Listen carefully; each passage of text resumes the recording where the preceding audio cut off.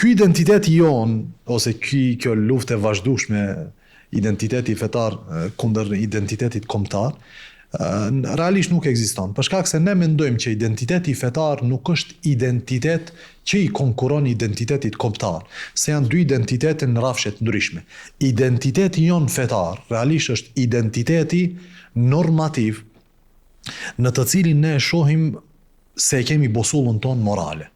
Identiteti kombëtar nuk na jep neve këtë busull morale. E nëse themi se identiteti kombëtar të jep këtë, me i pas këto vlera, burgis, vlerat e trimërisë, guximit, të kaluar e kanë pat njerëzit to. Faktikisht ne këtu përputhen të identitetet. Nuk janë identitete konkurrues.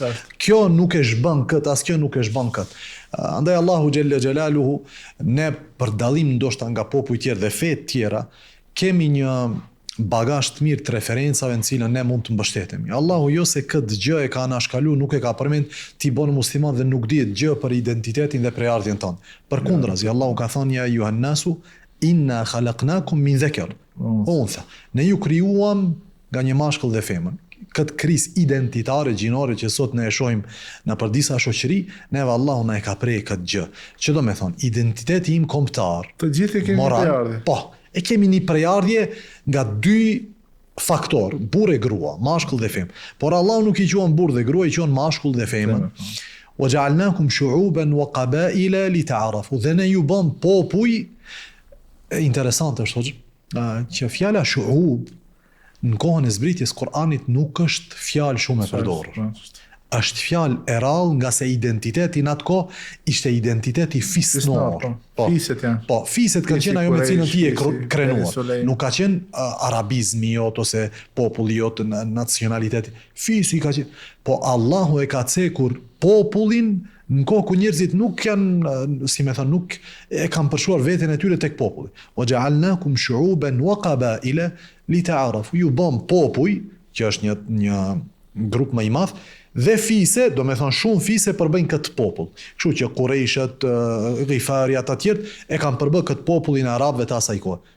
Shkaku Allahu thot, pse? Jo për t'i zhduk dallimet mes jush.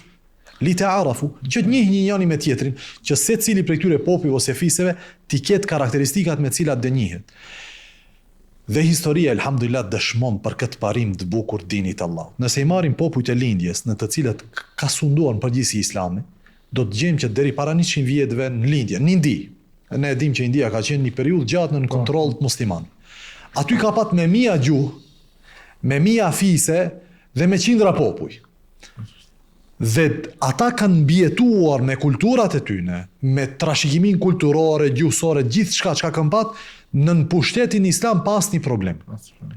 Me ardhjen e kolonive perëndimore, tek ata janë zhduk me qindra ose mos them me mia gjuhë, janë zhduk traditat shumëta, po të njëjtën perëndim. Për shembull, ne shohim shtrirja e evropianëve në perëndim. Popujve të perëndimit, sidomos kontinentin e ri, ju ka kushtuar shumë. Çfarë ju ka kushtuar? Ekzistenca e tyre.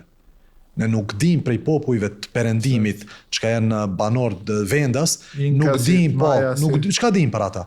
Ne dim, lexojmë ose i shohim gjurmët e tyre. Akademiku Ferit Mohiqi përmend se deri diku 300 gjuhë dhe kultura janë zhdukur në kontinentin e Amerikës Veriore dhe Jugore. Allahu. Domthon aq është bërë dominuese gjuha angleze në veri. Gjuha spanjolle. Spanjolle në një pjesë franceze që ka. Kjo tregon që pikpamja europiane është ajo e cila mbizotron pikpamjen tonë të identitetit.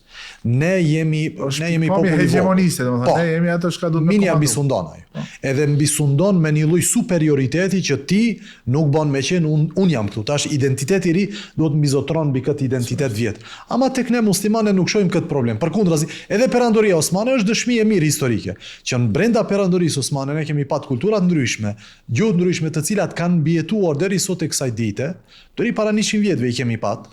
Po një pjesë e tyre janë zhdukur për shkak ku ta di unë, kësaj pikpamje identitare që identitetin e huaj e sheh si rrezik ose e sheh si cenim të ekzistencës së tij.